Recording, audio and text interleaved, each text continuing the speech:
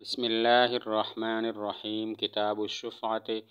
یہ کتاب ہے شفعہ کے بیان میں۔ شفعہ کا لغوی معنی ہے ملانا اور اصطلاحی معنی ہے تملک البقعۃ بما قام علی المشتری، جائیداد کا مالک ہو جانا ایسی چیز کے بدلے میں کہ جو جس کے ساتھ مشتری اس کا مالک ہوا، جتنے پیسوں میں مشتری نے خریدا یا مشتری نے حاصل کیا اتنے ہی پیسوں کے ساتھ جائیداد کا اور زمین کا مالک ہو جانا۔ لغوی معنی ہوا ملانا اور اصطلاحی معنی ہے تملک البقعۃ بما قام علی المشتری۔ الشفعۃ واجبۃ، شفعہ واجب ہے للخلیط فی نفس المبیع، اس شخص کے لیے جو شریک ہو نفس مبیع میں، ثم للخلیط فی حق المبیع، پھر اس کے لیے جو شریک ہو مبیع کے حق میں، الشرب والطریق، جیسا کہ پانی پلانے کی باری اور راستہ، ثم للجار، پھر پڑوسی کے لیے، ولیس للشریک فی الطریق والشرب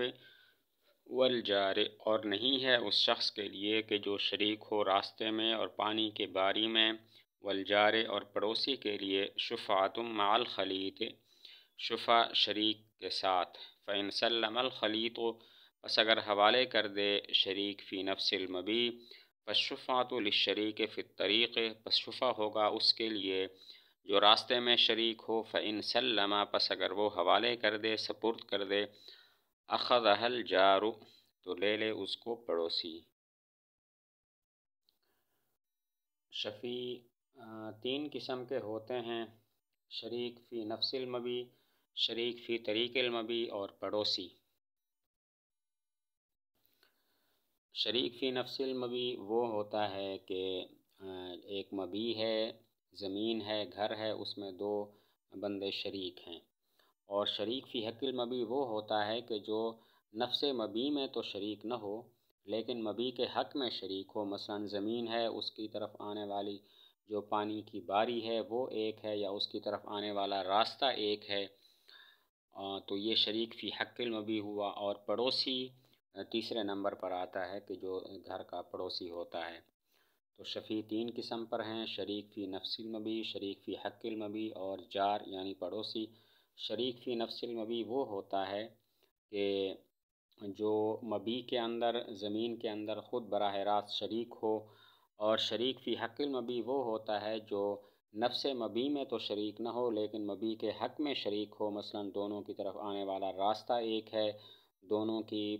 زمین کو سیراب کرنے کی جو پانی کی باری ہے وہ ایک ہے،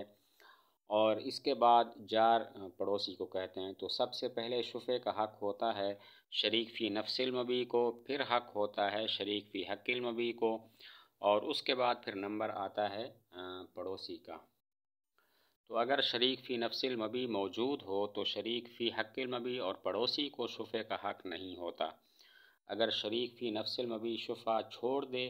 تو پھر حق ہوتا ہے شریک فی حق المبیع کو شفعہ کرنے کا۔ اگر وہ بھی چھوڑ دے تو اس کے بعد پڑوسی اس گھر کو لے سکتا ہے۔ شریک فی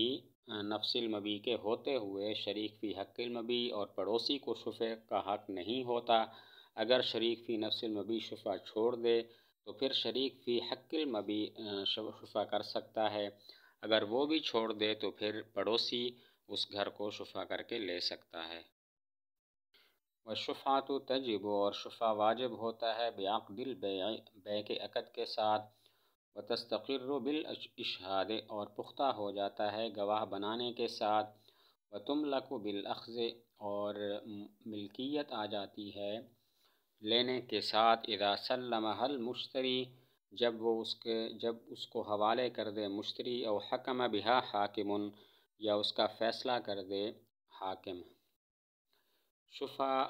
ثابت تو اس وقت ہوتا ہے جب بیع ہو جائے، اور پختہ اس وقت ہوتا ہے کہ جب شفعے پر گواہ بنا دیے جائیں کہ گواہ بن جاؤ میں شفعہ کر رہا ہوں۔ اور شفعہ کی وجہ سے ملکیت تب آتی ہے جب کہ دو باتوں میں سے ایک بات ہو: مشتری حوالے کر دے اور شفیع اس کو لے لے، اور نمبر دو، حاکم اس کا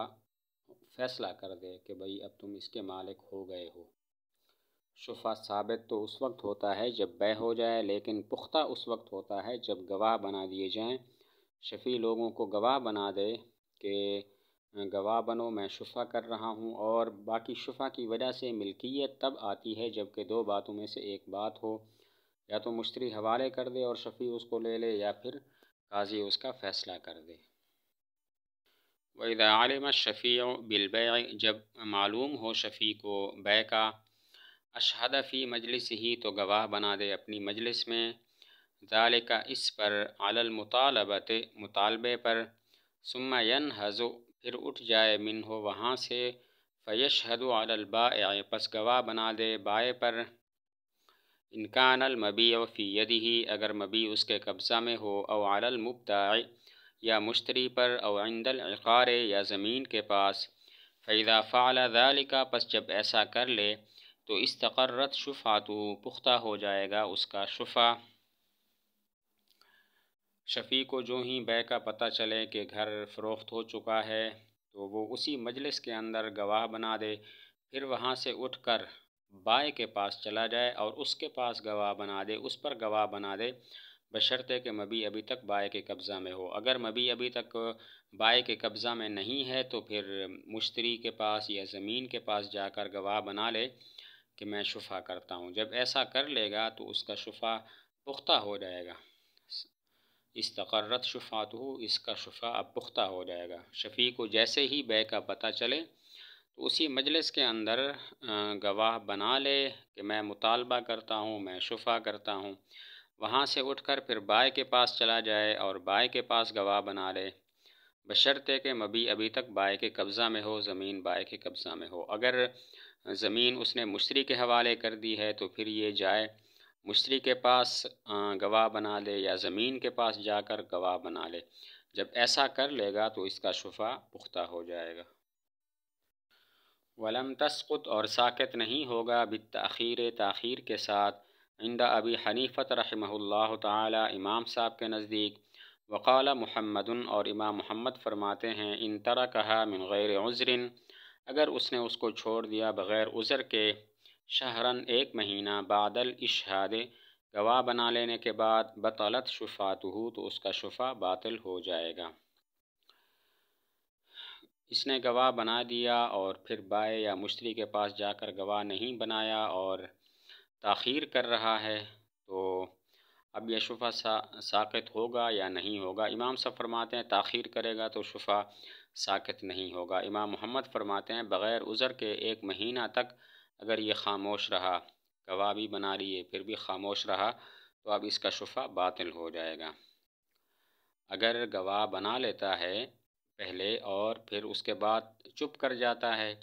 تاخیر کرتا ہے، مقدمہ نہیں لڑتا، تو کیا ہوگا؟ امام صاحب فرماتے ہیں اس کا شفع برقرار ہے، ساقط نہیں ہوگا۔ امام محمد فرماتے ہیں بغیر، اگر گواہ بنا لیے اس کے بعد بغیر عذر کے ایک مہینہ تک اس نے شفع کو چھوڑ دیا، کچھ بات نہ کی، تو اس کا شفع باطل ہو جائے گا۔ والشفعۃ واجبۃ، اور شفع ثابت ہوتا ہے فی العقار، زمین میں، وَإِنْ كَانَ مِمَّا لَا يُقْسَمُ، اگرچہ وہ ان چیزوں میں سے ہو جو تقسیم نہیں ہوتی، جیسے کالحمام والرحا والبیر والدور الصغار، جیسے حمام، چکی، کنواں اور چھوٹے گھر، ولا شفعۃ فی البناء والنخل، اور کوئی شفع نہیں عمارت اور کھجور کے درخت میں، اذا بیع بدون العرصۃ، جب بیچا گیا ہو بغیر میدان کے، ولا شفعۃ فی العروض والسفن، اور کوئی شفع نہیں ہے سامان میں اور کشتیوں میں، والمسلم والذمی فی الشفعۃ سواء، اور مسلمان اور ذمی شفع میں برابر ہیں۔ شفع زمین میں ثابت ہوتا ہے، خواہ زمین قابل تقسیم ہو یا قابل تقسیم نہ ہو، بہت چھوٹی ہو جیسے حمام، چکی، کنواں، چھوٹے چھوٹے گھر جو تقسیم نہیں ہوتے، ان میں بھی شفع ہوتا ہے۔ شفع زمین میں مطلقاً ثابت ہوتا ہے، خواہ وہ زمین قابل تقسیم ہو یا قابل تقسیم نہ ہو، جیسے حمام ہے، چکی ہے، کنواں اور چھوٹے چھوٹے گھر جو تقسیم نہیں ہوتے، ان میں بھی شفع ہوتا ہے۔ ولا شفعۃ فی البناء، بغیر زمین کے اگر عمارت کو بیچا گیا یا کھجور کے درختوں کو بیچا گیا تو ان میں شفع نہیں ہوگا۔ زمین بیچے بغیر عمارت کو بیچا گیا یا کھجور کے درختوں کو بیچا گیا تو ان میں شفع نہیں ہوگا۔ ولا شفعتا، کسی نے اپنا سامان بیچا یا کشتی بیچی اس میں بھی کوئی شفع نہیں ہوگا۔ والمسلم، شفع میں مسلمان اور ذمی دونوں برابر ہیں، کوئی فرق نہیں ہے، دونوں شفع کر سکتے ہیں۔